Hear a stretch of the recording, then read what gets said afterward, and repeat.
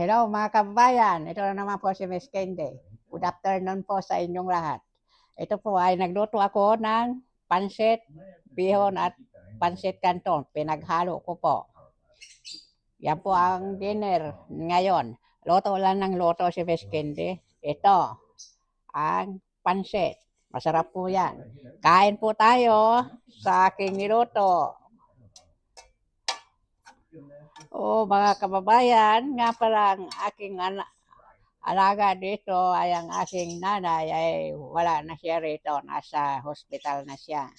Nag-aantay na lang siya ng place kung ano ang insurance niya.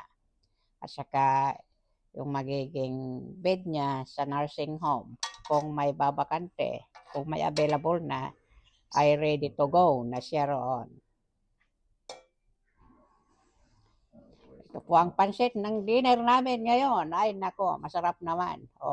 Ayan. Kasi kain po tayo lahat.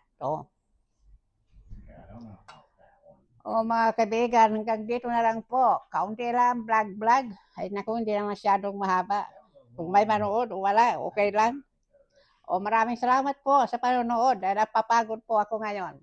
Very busy. Thank you for watching. See you next time. I love you all. Bye!